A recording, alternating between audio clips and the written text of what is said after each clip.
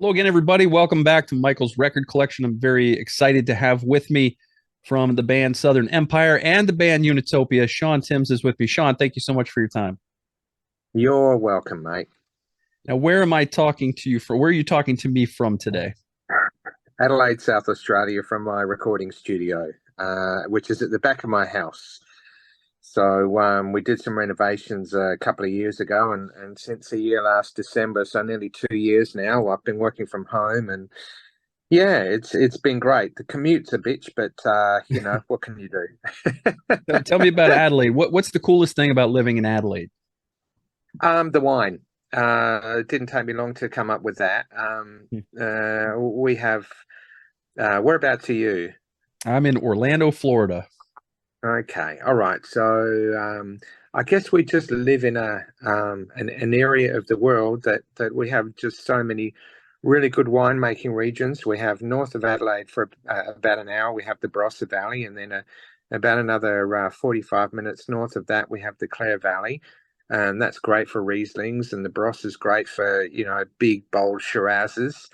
Then we've got the Adelaide Hills to the east of us, and that's known for all sorts of wonderful wines. And then we've got the Southern Vales to the south, and then we've got the Coorong a little bit, probably about 4 hours further south. So we've got, I guess, what you'd say is four really, really top world class winemaking regions. So if you're a wine connoisseur, or you enjoy the occasional tipple, yeah, South Australia is the place to be. All right. Well, we'll be waiting for our checks from the Australian Tourism Board for that. Yeah. Uh, Thank you. That's great. That's great. Yeah. So we're here to talk about a couple of records you have just put out recently. Southern Empire put out Another World, came out September 4th on Giant Electric P Records, and Unitopia's Seven Chambers came out August 25th on progrock.com's Essentials. Is it just a coincidence that these two came out pretty close together? Yeah, I guess so. I guess it's because I kind of finished them fairly close together. Dominic, who I'm also involved with, came out earlier this year. And then John Greenwood's Dark Blue album also came out around about the same time as Southern Empire and Unitopia, because I finished that at the same time. And so, four prog albums out in a year is yeah, I'm a bit tired. I would imagine so. And you also recently were playing some live gigs in Europe. Yeah, yeah. Well, we just got back just over a week ago, and then in a week we head to Progstock in the US in New Jersey. So yeah, that we're looking forward to that. That should be really good. Good, racking up the frequent flyer miles. Oh Uh, yeah, I think somebody else is claiming them, but yeah, that's fine. all right. Well, hey, I can't wait to talk to you about these records. But first, I'm going to ask maybe either the hardest or the easiest question of this interview, and that is, what was your first favorite record? Oh, easy, very, very easy. When I was 14, I'd been playing piano for about 4 years, and I'd started off picking out old Shadows tunes and old Beatles tunes from my dad's record collection when I was about 10, and begged my parents to start learning piano, and they relented, and I started and got through the first book in the first lesson and was on to the second book in the second lesson. So I kind of got off to a pretty a pretty quick start, because as I said, I was 10, and lots of players start at 4, 5, 6 years old, but I was a bit of a late bloomer. And when I was 14, I was still doing that. I was studying classical piano, but I was also picking out tunes and on piano, and even picking out tunes on guitar and stuff like that. And so I'd buy the sheet music and learn how to play it. And Dad brought home this record when I was 14, which I'd say pretty much changed my life. Was Rick Wakeman's Journey to the Center of the Earth. Okay. So that's the thing that got me going. And I go, well, this guy's got about 14 keyboards, a choir, an orchestra, a narrator, a full band, and giant blow up dinosaurs. That's great. That's what I want to do. This was like bombast to the max, and Mm. and I thought, yeah, let's do that. And so I really, from that point on, I wanted to be a keyboard player, not just a piano player. And so there are some very, very, very fine piano players here in South Australia. But I really wanted to, have that multi keyboard setup, and so I started saving, and a couple of years later, I got my first synth, which was a little Kawai monophonic synth called a 100 FP, which is a single oscillator monophonic analog synth. And because I couldn't afford, $1,500 to $2,000 for a mini Moog, Hmm. but it was the closest I could get, and I saved up $10 a week for 15 weeks, $150, and my parents went me halves, and it was $300, and that was my pride and joy. And from then on, it was just building up this arsenal of keyboards, and there's not many keyboards over the years that I haven't either owned or sold, or owned and resold or rebought or whatever. And but that was the thing that started me off. And then I'd read that Rick Wakeman was a part of Yes in a tiny little interview. I remember it really clearly. And so I went out and bought Relayer, not realizing that Rick Wakeman Wasn't was on not it. a part of that album. But then that introduced me to Patrick Moraz, and so then I got his Story of I album, and then the guy down at the record store could see I was into prog, and so he'd say, "Oh, I got this new album out. It's called Tales of Mystery and Imagination by the Alan Parsons Project." And I had a look at it in the packaging, and it was like, wow, that's awesome. And so I snapped that up, and back in those days, not many of these these pieces were in music books, so I had to use my ears. So I wore out about 10 tape players just sitting behind my old upright piano.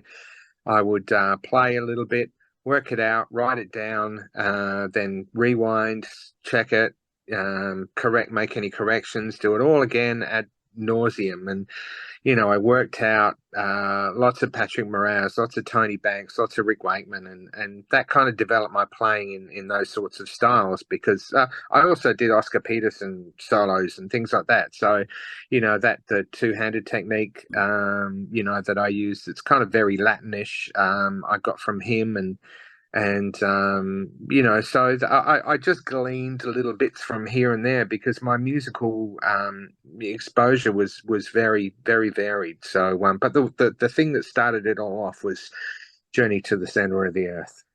Yeah, So thank you, Mr. Wakeman. that's a good one. It's a good one. So you recreated their keyboard parts just from listening to back to their albums, and that's helped inform the way you play.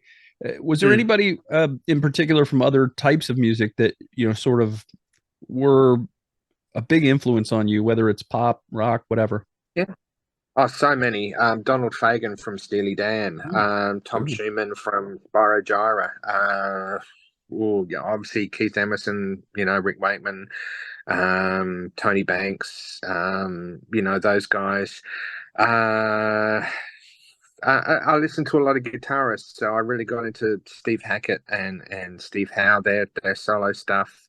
But I'd also get into George Benson and Lee Ritenour and Pat Metheny, and I got into James Taylor and his piano player, Don Grolnick, just a wonderful, wonderful player. So I'd listen to anyone and everyone, and if there was something I liked, I'd learn it. I'd copy it. I'd notate it. I'd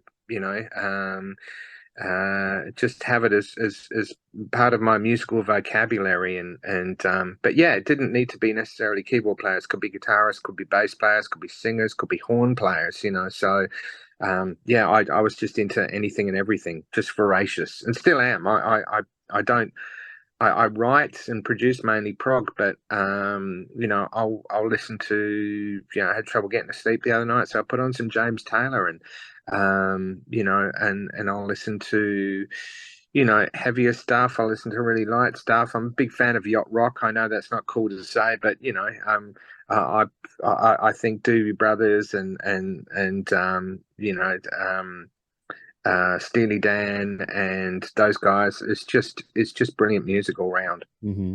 I will not ever bash you for enjoying yacht rock, although I think that yacht rock might be the only term more vague than progressive rock when you're talking about Yeah. styles of music.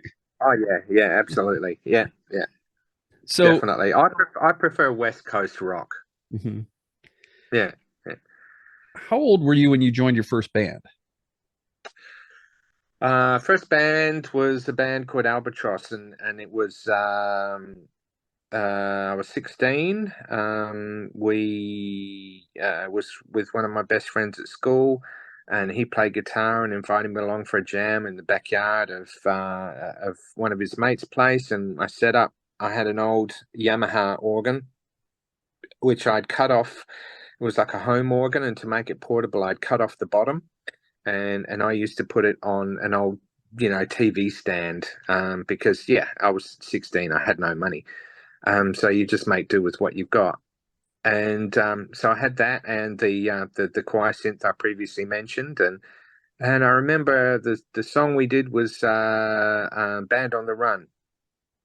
And I thought, well, if Linda McCartney can play those synth parts, I think I can. Um,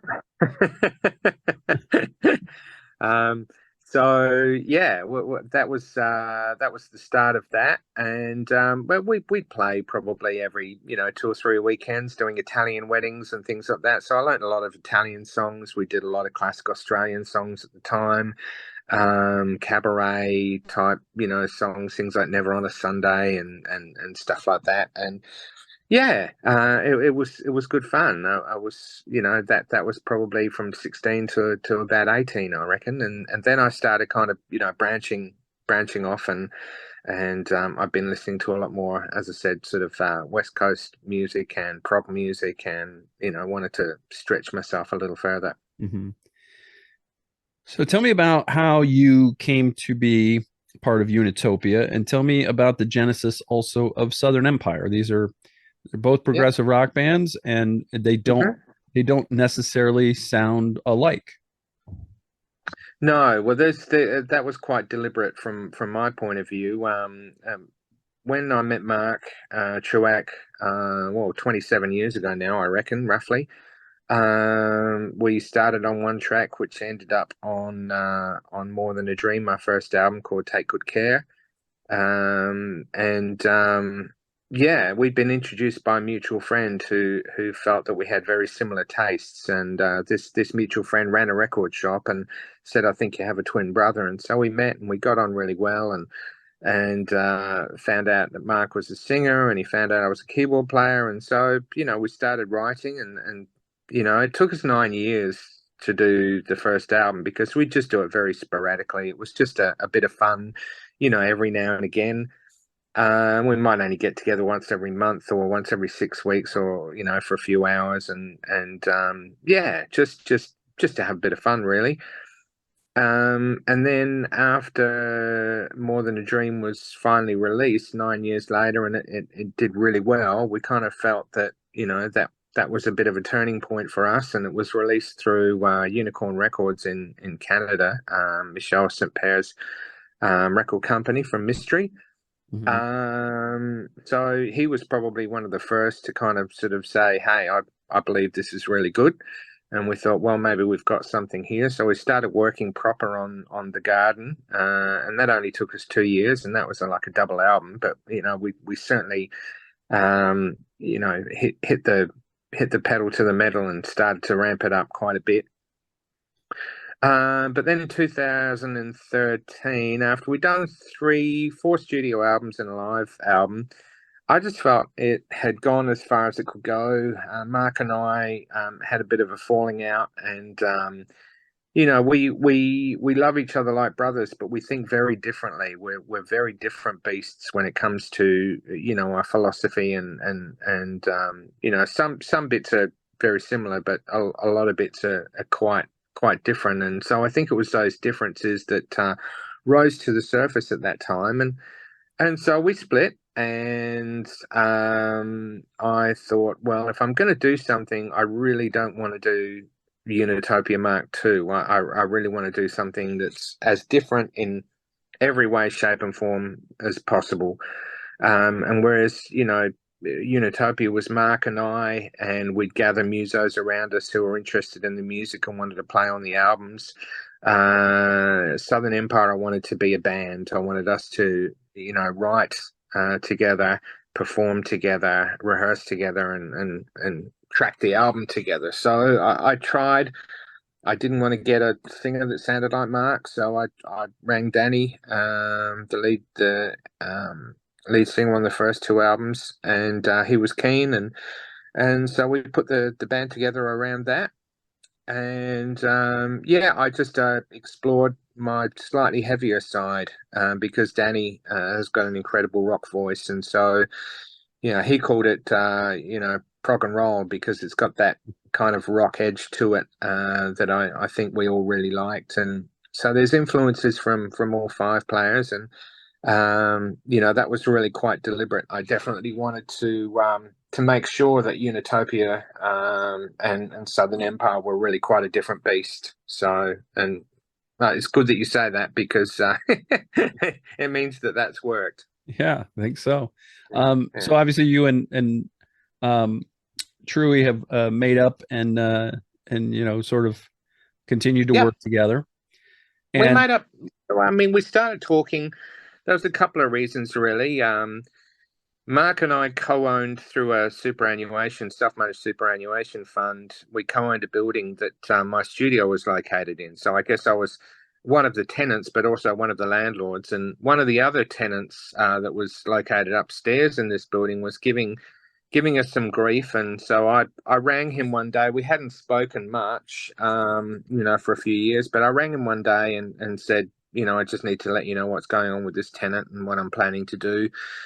And now I think they were about 8 months behind in rent, and that kind of affects everything, affects his super, it affects his, cash flow, everything like that. So I just felt that I should get him involved on that front. And also a local, like an Australian promoter, David Roy Williams from DRW Entertainment, was bringing over Steve Hackett, but was reluctant to pay for the whole band. So he talked to me about putting a band together around Steve and learning all the Genesis stuff and which I said, yeah, that's great.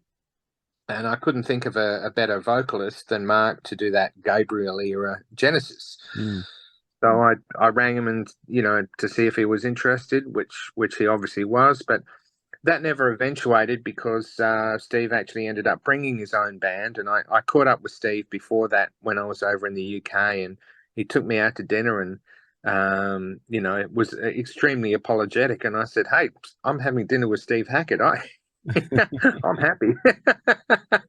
right. I mean, So this is a guy you grew up listening to his I records. grew up listening to, Please Don't Touch and Spectral Mornings are two of my all-time favorite albums. So I was in awe a bit. And John Greenwood, the guitarist for Unitopia, who I'm very good friends with, is also very good friends with him as well. So, and to the point where when Steve performed in Adelaide about a year or so ago, it was still kind of COVID times and we weren't allowed backstage, but Steve actually kind of took umbrance to that and said he would have loved to have seen both John and I and was a little miffed that we couldn't get backstage. So, so that's really nice that he reached out to John and let us know that. And so he's a wonderful, wonderful man, very humble, very down to earth. And it's good. I think, it's good to meet your heroes every now and again. Yeah. But yeah, we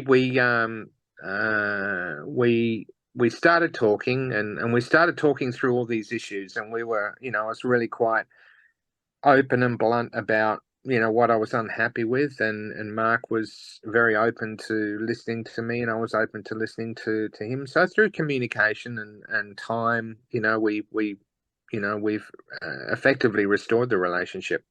Great. That's awesome. Really glad to hear that. So tell me a little bit about the similarities and the differences in songwriting between the two bands. Oh, look, I think with Southern Empire, I've traditionally been the instigator of most of the songs.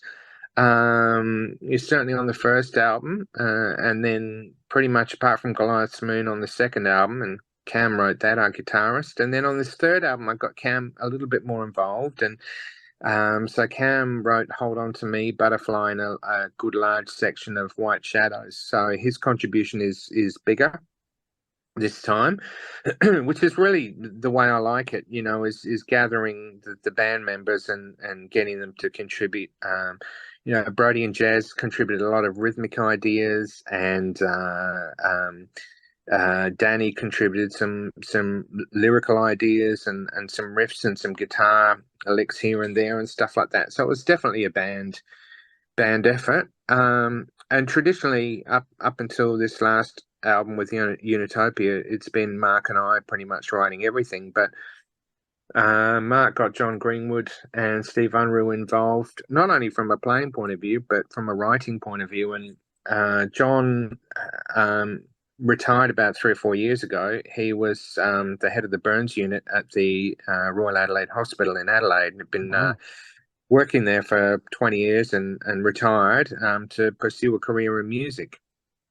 And he'd invented this artificial skin, which left him quite a wealthy man. So he was able to do that. And he worked on the Bali bombings victims back in early 2000s, 2001, I think it was. Got an Order of Australia for that. Incredibly smart man, but incredibly gifted guitarist as well. So it was his enthusiasm for the project that I guess got me going with it as well. Because I was initially reluctant to restart Unitopia, because not for any other reason, but because I knew it would take up a lot of time and it would affect my output with Southern Empire. Having heard John's songs, he'd had these songs, some of them written, when he was a teenager, which he presented, and they started forming and taking shape into Seven Chambers. And Steve had this song called The Uncertain, and I listened to it and I thought, yeah, this is really good. I definitely want to be involved here. So yeah, that's when sort of production started on it. But at that point, I was heavily into, finishing the Damanek album, and also, quite heavily into the Southern Empire album, and then started working on John's solo album. So there's all these projects going on at once. And then Danny, our lead singer, decided to move on from Southern Empire. And so that kind of delayed us probably about a year while we searched for a new lead singer. And then we had to, revocal the whole album. I thought we could either go two ways. We could put out the album as is with Danny's vocals, and then, have to promote it without his, help and being a part of it, or we could revocal it and introduce the new vocalist with a new album, which we all thought was a much better idea. So we found Sean, who was a recommendation from Cam, our guitarist, who'd worked with Sean before. And Sean is absolutely brilliant. Great songwriter, great producer, great singer, guitarist, multi-instrumentalist. So I'm really excited about Southern Empire 4, and it won't be 5 years between albums this time, that's for sure. I'm going to be very circumspect about the projects that I take on, in and around the new Southern Empire album. So I never say never, but guys ask me about a fourth Damanek or some other project, and I think Chewy's talking about another Unitopia album or tour or both. But at this stage, when I get back from the US, it's full steam ahead with Southern Empire 4. So yeah, that's kind of where my heart lies. It's like, I guess I've described it this way before: as the Southern Empire is my current wife, and I love her very much. And Unitopia is my ex-wife, who I still love and still appreciate, but not in the way that I love my current wife. Good way to look at it. Yeah, And certainly you can't rest on your laurels. This Southern Empire, Another World is a great album. It's thank you. been talked about in many magazines as one of the top progressive rock releases of the year. I concur with that. In fact, I'm not I am not prone to necessarily sucking up to guests, but I will say it's already out there on my Twitter that I said that the song "Hold On to Me" is my favorite song I've heard this year. Great, great. I agree. It's and I can say that because I didn't write it. I mean, I Mhm. produced it and mixed it and mastered it. But yeah, Cam brought this song to me, and I heard it, and I just could hear it completely, finished. And he sang the demo vocal, and the demo vocal was so good. I just went, Cam, you're singing it. He goes, oh, no, Danny should sing it, and da da da da. I go, nah. And then ran it past Sean, and he said, nah, nah. He said, I couldn't sing this the way Cam does, because Cam's got these beautiful earthy tone to his voice and this amazing warmth and emotion to his voice. Not that Danny and Sean don't, but they're different beasts. So and it just worked so well on this to have two lead singers, and then Sean comes in with these high bits and it kicks it into high gear. And I equate it to a band that an Aussie band that we have here called Cold Chisel. I like And Cold Cold Chisel. Chisel, Cold Chisel is yeah, Cold fantastic. Chisel, great. And you've got Jimmy Barnes, who's this amazing, amazing singer, got a supersonic range and can scream in tune at 140 decibels, 3 octaves above middle C. And then you've got uh, Ian, the guitarist, who he's just got this I guess this nicer quality to his voice, but can still sing really high. And I kind of they'd share lead vocal duties on lots of songs. And Ian would start the song, and then Jimmy would take over. And I really like that approach for Hold On to Me. And I like it because it's a slow burn, and when it kicks in, it like really, Yeah, it's yeah, two songs in it's, one. It's yeah, pretty much, yeah. pretty much. Yeah, So you had said, I believe, that you knew right from the get-go that this was a big song for you guys. You knew mm, from the first acoustic guitar playing that Cam did that yeah, this was special. yeah. He just sat down and played it to me, and I just went, yeah, we're doing that one. He goes, oh. Well, I wrote it when I was like 19. It's not that great. And I go, nah, sorry, mate. It's just, that's it. Yeah, we're doing it. I don't care what you say. I'm overruling you. So I think he's pretty glad that we did now. I think he's pretty proud of it. So Yeah, he should be. Yeah. absolutely. Fantastic song. So, Southern Empire is yourself, Sean Timms on keyboards, programming, lap steel guitar, backing vocals, Brody Green on drums, hand percussion, backing vocals, Jez Martin, fretted and fretless bass. Cam, is it pronounced Blockland or Blokland? Blockland. Blockland. Electric and Yeah. acoustic guitars, lead and backing vocals. And Sean Holton is the new lead vocalist, lead and backing vocals. And this record it's really, really strong. Hits you right off the bat with reaching out. We got these soaring harmonies. Hold On to Me, the single.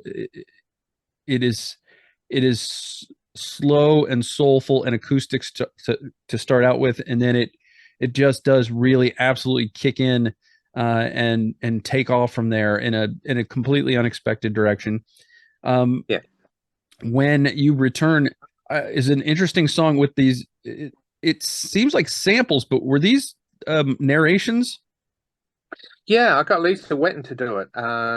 Yeah, John Wetton's widow. Mm-hmm. So yeah, she kindly. I just needed someone with, I felt like, an American accent to do this, and she played some percussion on it as well. I'd originally got these samples from a clip off of YouTube, and I just didn't want to lift. I mean, it seemed like it was in public domain, but I just didn't want to lift it, just in case. So what I did was changed the wording and kind of paraphrased what this lady said. I didn't even remember who it was, but you know, it's sort of basically all about the Fermi paradox and how if there are aliens out there, then why haven't we heard from them? So, you know, I was kind of mulling that over in my mind, and you know, lots of things. You know, like just watching this clip, I thought, oh, I've got an idea for a song. You know, so yeah, I asked Lisa if she'd be interested in. She was, and she did it, and yeah, we met in person back in Europe, in Italy, for 2 days prog, where we played, and she was there. It was lovely to meet her in person because we talked a lot, you know, via messenger and things like that, and you know, an email and stuff. So it was lovely. She's a wonderful lady. Yeah, Lisa's been very busy lately with John. They just put out the John Wetton box set, and of Yeah. course they had the tribute concert for John as well. So, um, Yeah, she's honoring his memory just so perfectly, and I think she's very passionate about that, which is brilliant. I think he deserves to have his memory honored. I remember being in London many years ago. It was probably 30 years ago, and I just had a look. There were no gigs on. It was maybe a Tuesday or a Monday or a Tuesday night or something, and I was only in London for a night or two, and I was just looking, you know, because well, you know, there's nothing, and then I found John Wetton was playing, and so I took this train into London, and because I was staying just outside, and then another train out to some place maybe half an hour outside of London, which was probably still inside Greater London, and yeah, to this old theatre, and there weren't all that many people there. Maybe it was probably a 300-seat theatre with maybe 100 people, wow. and I got a great seat, and I just sat and I watched John play, and it was a real magical night. He played stuff from Crimson and Asia, and you know, his solo stuff, and it was absolutely fantastic. I think Carl Palmer was on drums as well, so it was a really, yeah, really good night. It was So a good yeah, I really investment enjoyed on it. your part. Definitely. Yeah, I was a bit scared getting home because I was by myself in the middle of, you know, what I felt was nowhere, catching this train home at around about, you know, probably midnight or something back to London. So yeah, I survived. Sure did. Yeah, Yeah. terrific artist. John was. Mm. I used to think if I could just do one thing in my life as well as John sang the song "Without You" on that first Asia album, then I would be pretty happy Yeah. with that. Yeah, absolutely. Absolutely. It's brilliant. It's brilliant. Yeah. Um, Moving Through Tomorrow is a song that has about 7 minutes into this one, my favorite keyboard solo on the album. And I Hmm. was curious as to what your approach is to a keyboard solo. I don't know if I have one. I just kind of, I don't even, you know, I don't even say, well, this is going to be a keyboard solo. I go, well, it needs a solo here. What can I hear? And it might be a guitar, it might be a sax, or it might be a violin, or it might be a keyboard, and you know, or a piano or organ or something like that. So I guess that kind of creative process is a bit instinctual for me. You know, picking it apart and analyzing it as to why I might have sort of chosen a keyboard or that particular sound or whatever. Yeah, I really couldn't, um, without kind of, you know, faffing around and bullshitting and stuff. I could just say thank you very much. I'm proud of it, but I'm not sure quite how it got there. So it's more of a It's sort of feel out there thing. in the ether, and it was out there in the ether, and I think I just recognized it and dragged it in. Really, I think a lot, you know, with a lot of the music I do, I listen back to it and I go, how did I write that? You know, what was my thought process? And I really don't know. And sometimes it's just a matter of putting hands on a keyboard and seeing what comes out. Hmm. Well, it's definitely a highlight for me. You get the epic White Shadows and then Butterfly to close out the album. Do you, when you write these songs or work on these songs as a band, or will you bring a bit in for the others? Who writes the lyrics? Who's the main lyricist, or do you all pitch in with that? Yeah, well, for White Shadows, it was a slightly different one because Danny had this dream, and he basically wrote down some lyrics, and that's what got me started on it. And I could show the original lyrics, but and they probably bear a mild resemblance to what we ended up with. But what that does is then that gets my creative juices going. So I find I'm better taking a germ of an idea and then making it better and making it work than coming up with necessarily an idea from scratch, So I rely a lot on other people's input. I rely on, like I said, just watching that YouTube video, that was like the brief, to get me going. So, as I said, Danny had this dream that he'd had, and he'd written down these lyrics, and then I just took it from there. And the lyrics kind of, again, take on a life of their own. They don't necessarily, I don't set out to write about anything. Well, I do write something in particular, and then it might go off on a completely different tangent, And then Cam played me the slower bit in the middle, the acoustic bit, and I said that will fit perfectly into White Shadows. So it was the right tempo, the right feel, the right lyrical content, and it just told, kept telling the story, really well. So yeah, that one started as a lyrical idea from Danny. Hmm. Let's move on to Unitopia Seven Chambers. We talked about meeting your heroes. You got to play. You got Chester Thompson to play on this album. Mm-hmm. How Well, did that we're happen? talking, John and I and Mark were talking, and we said, well, who do we want to play drums? And we went through a few different drummers, local drummers, and we've got some amazing players here. And then John just said, we kind of threw out there, oh, how about Chester Thompson? Because John has always been a huge, huge, huge Genesis fan. I laughed. He said, no, I'm serious. He said, I reckon Steve Hackett would have his details. So John contacted Steve, and Steve said, here's his management company. And we got in touch with Chester that way, and we negotiated a deal for him to play on the album. And look, due to some tendonitis issues, he wasn't able to play on all 7 tracks. So he played on 3, the 2 epics and Mania, and then the other 4 tracks, Brody, drummer from Southern Empire, played on them. And so yeah, I guess Chester played on half and Brody played on half. But the way I produced the drum tracks, it sounds like the same drummer. So I felt that was important for it to have that continuity. So yeah, we asked Chester. He said yes, and then we said, any good bass players? And so he recommended Alfonso, and Alfonso came on board. And then Alfonso wasn't able to tour, so we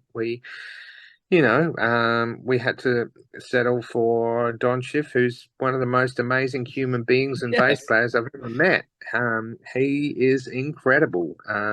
Is not only as a bass player, but as a human being. And we became very close over the tour, and I'm certainly looking forward to seeing him again in a bit over a week. And there were points where I was playing, keys, and I'm sort of, if Chester's sitting down, I'm to his left and he's to my right. And I'm looking over and I'm going, that's Chester Thompson playing drums, because I grew up with Seconds Out and Three Sides Live, and every single live DVD that Genesis ever put out, the longs, the shorts, the 2007 concert, everything, I devour. Same with John. And so, we knew Chester's playing, and it's just like he'd send this drum track, and we go, I can just see him playing that, and just again, not only a brilliant drummer, but a lovely, lovely, lovely man, very humble, very,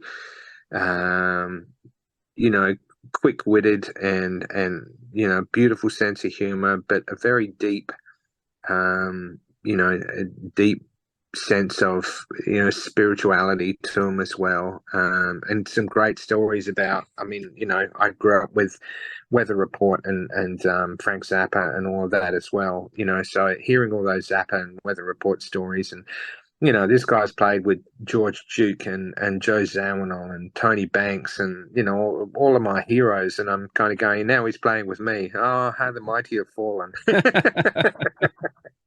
Well, I guess that's one way you could look at it, but I think it's great that you got to play with Chester. And what was he?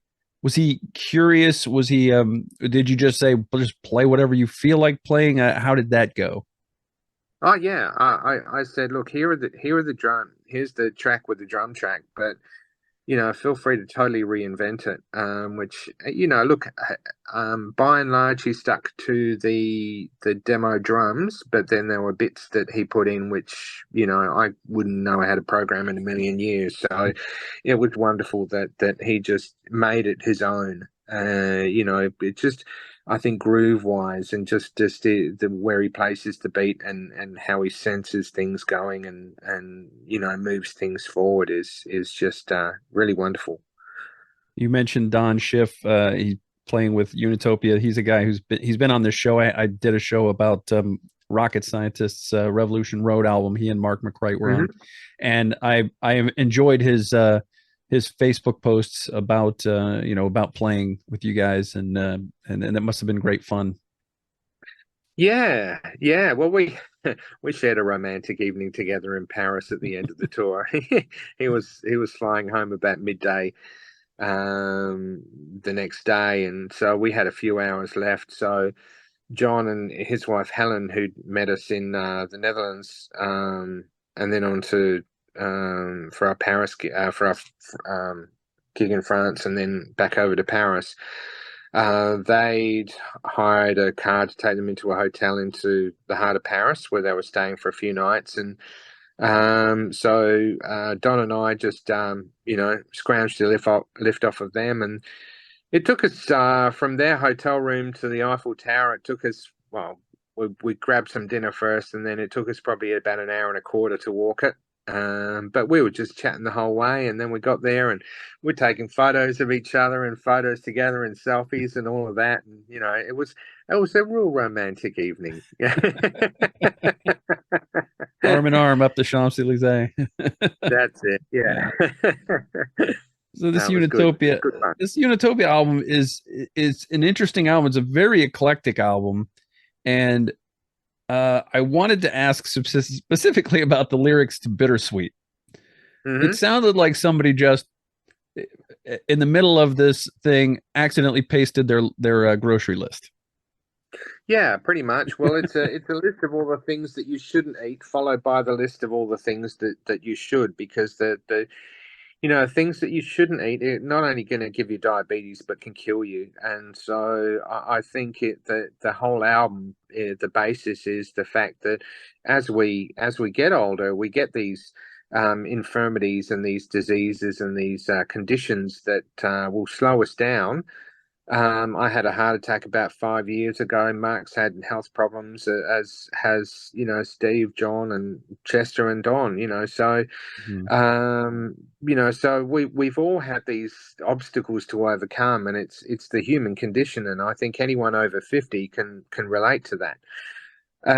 But Mark had this idea and presented it to Steve, you know, about having this Godly and Cream-esque kind of second half to, you know, to the song. And so it is and then I just kind of took that and went zany bizarre with it, you know. So Mhm. yeah, it's just a bit of fun, really. It's more about showing off the kind of crazy side of what we eat, what we put on our bodies, and then the nutritious, good side of things that we should be feeding our bodies with. So, and we're all the same, and I know that I've since I've been home the past week and a bit, I've been watching what I eat, and I feel much better. But Europe, you just eat, and they feed you three courses for a meal, and you just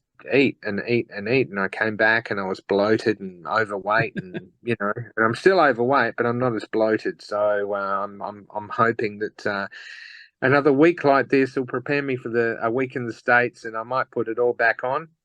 First You know, day, maybe. yeah, maybe. And so then when I get back, I'm back on this diet, and yeah, I'll take it back off again and get to a more healthy weight. There you go. Yeah, it's great that you mentioned Godly and Cream because it kind of just when you mentioned it, it clicked into place for me. That is Yeah, definitely seems to have that influence to it. It's almost like the devil and angel on your shoulders, talking about yeah, the things you shouldn't need, the things you should. It's an yeah. interesting song. Um, I have to say that of you guys have you guys have written some brilliant epics over the years.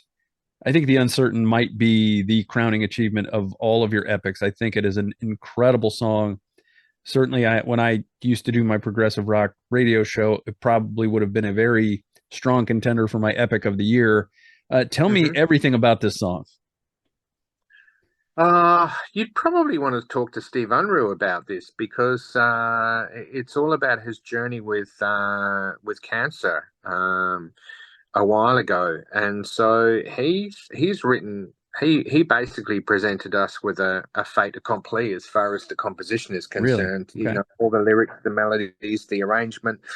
You know, all I did was basically replace a lot of his stuff.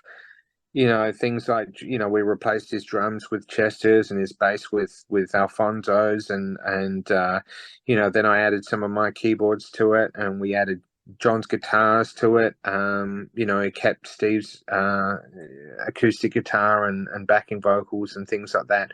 And Mark added his vocals to it, which again are not they're different, but not a million miles away from Steve's demo.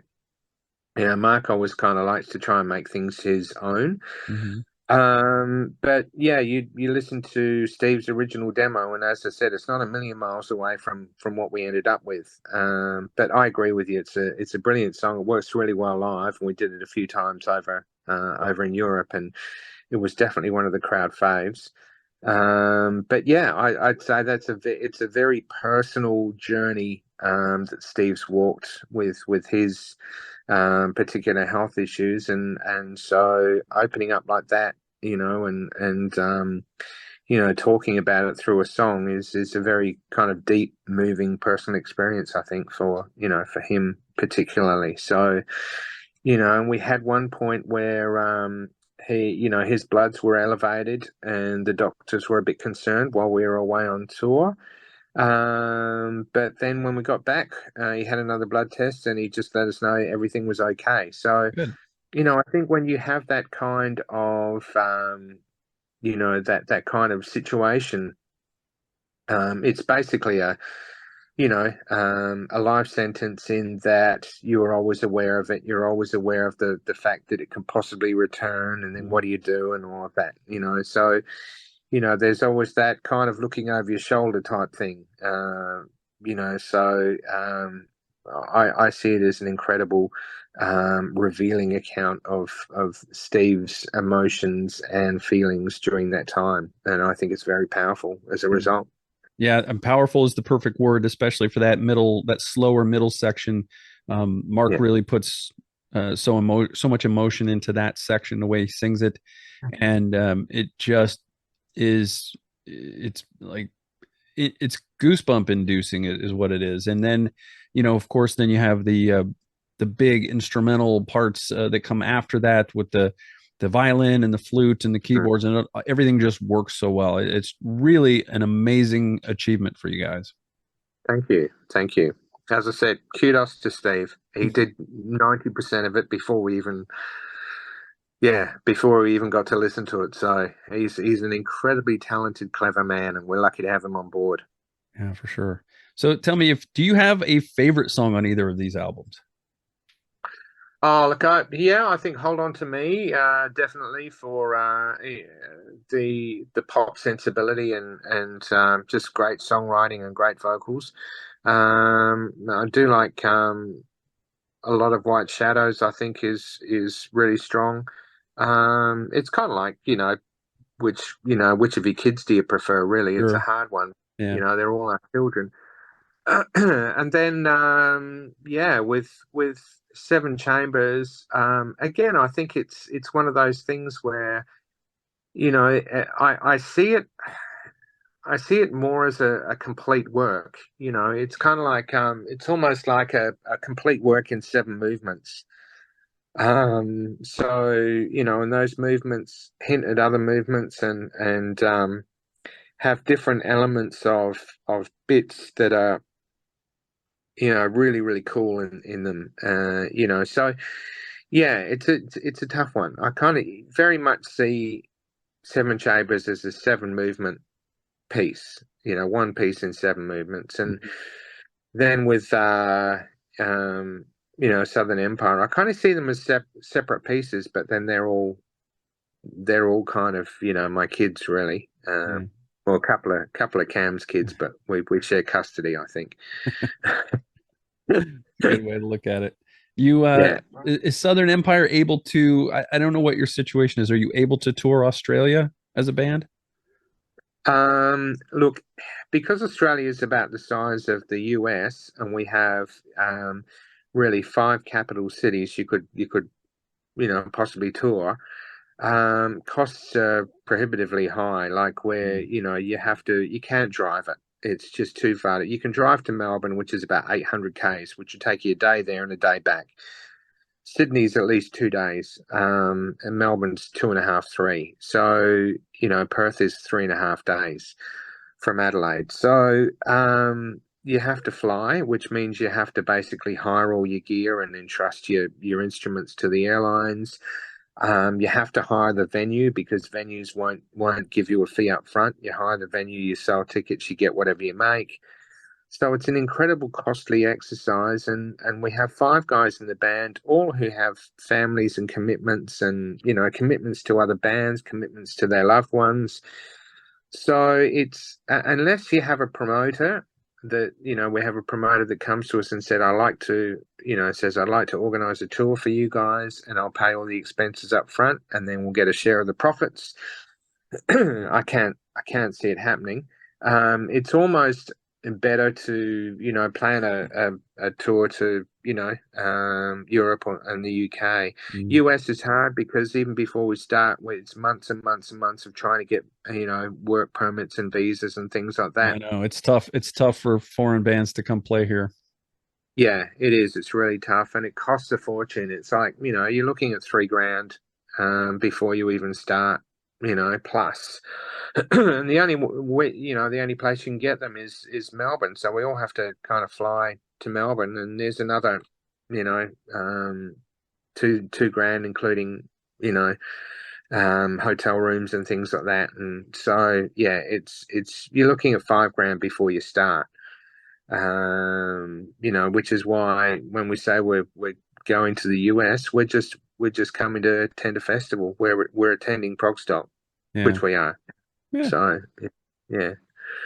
That's too bad. But Are you guys able to do things like Cruise to the Edge or things like that? Or are you on the radar for those kinds of things?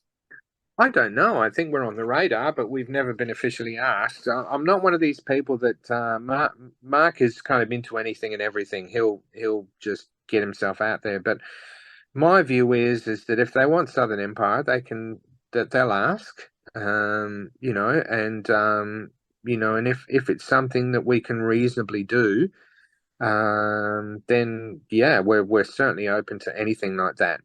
But you know, I think there's been talk of it for, you know, since pretty much for 5 years since Civilization came out. So whether that eventuates or not, I don't know. But you know, I don't go out and pursue it or try and, you know, wangle my way in or anything like that. That's just not my style. I think if people want it, I think they'll find a way to contact me and give us a, you know, give us an invitation to play, which I think we'd certainly take very seriously and consider very seriously.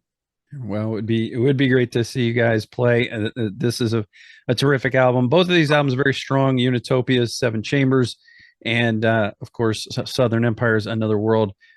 Two of the very strong progressive rock releases this year. Sean, you should be very proud of both of these releases. They're fantastic. I know by the time you get around to talking about these records, you've long since put them to bed. They've, they're Mm. kind of, you're already moved on to the next thing.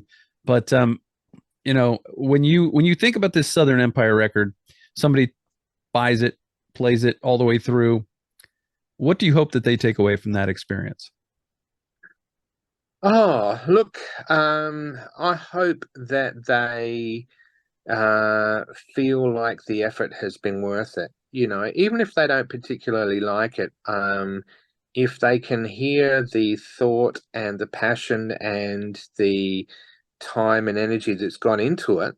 Um, I don't always like everything that everybody does, and so I don't expect everyone that listens to it to like it. I'm not that naive. But I would say that it would be nice to have people recognize the effort and the energy and the talent that's gone into it. And say, well, look, I don't particularly like this, but I recognize, and that's kind of the way I think. We have, we have a band over here that does covers, and then they post them online, and they get, yacht rock covers really, and they get hundreds of thousands of hits. And I kind of go, well, you know what?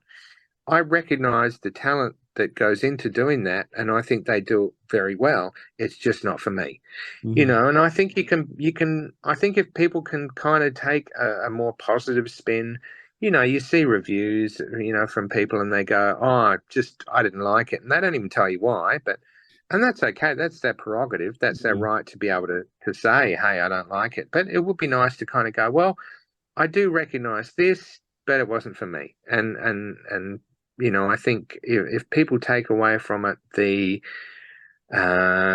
certainly for me, the talent of the players in the band, and the amount of work and crafting and blood, sweat, and tears that's gone into it, I would be happy with that, and go, yeah, I recognize the effort, and people will love it and people will not love it, and that's okay. Well, it's a very pragmatic approach, I think, Sean. I think after having about 30 years of doing this, you kind of, read reviews with a pinch of salt. The nice ones are really nice, and you kind of go, "Well, that was lovely," and then the terrible ones might stick with you for a minute or two, and then you kind of go, "Why? That's just someone's opinion, and they're entitled to that, and that's okay as well." Right. So at least they've had a listen to it. So is the best place to find out news about these bands from both the band's Facebook pages? Yeah, I think so. Yeah, I just stopped. I just don't have time to run, like websites anymore, and I don't think people go to them anyway. I think people are just, it's Bandcamp, it's Facebook, it's Insta, Twitter, those places, Spotify, and they'll go and find out stuff about the band. So I think, as long as we kind of keep posting, I'm very fortunate in that Sean, our new singer, is extremely uh caring about Facebook posts and Insta posts and stuff like that, whereas I can be a bit slack. So I mean well, but he's very good at just getting the word out there, and I think any success is due to a large part to his tenacity and veracity for posting and keeping people informed, which is great. Yeah, it's great. Every band needs somebody like that. So, Oh, Sean yeah. Timms from Southern Empire from Unitopia, thank you so much for your time. I really appreciate it. You've been very generous. I didn't mean to keep you so long. Thank you, and I wish you No, nothing but the best of luck with both of these releases because they're both fantastic. thank you, mate. One last thing, if Southern Empire and Unitopia aren't enough for you, check out John Greenwood's Dark Blue album. If you're a fan of Steve Hackett, you'll love this album. It's absolutely brilliant. And also, the third Damanek album was released earlier this year, and got some really, really positive reviews. I was really, really happy with it. And I'm very proud of that album as well. So make sure you check that out too, because that's kind of all part of the, Unitopia / Sean Tim / everyone else I work with, stable really. So yeah, check that out as well. I think there's some the good stuff in there as well. are always Yeah. looking for new recommendations. So thank you very much for that. And thanks again for your time. You are more than welcome.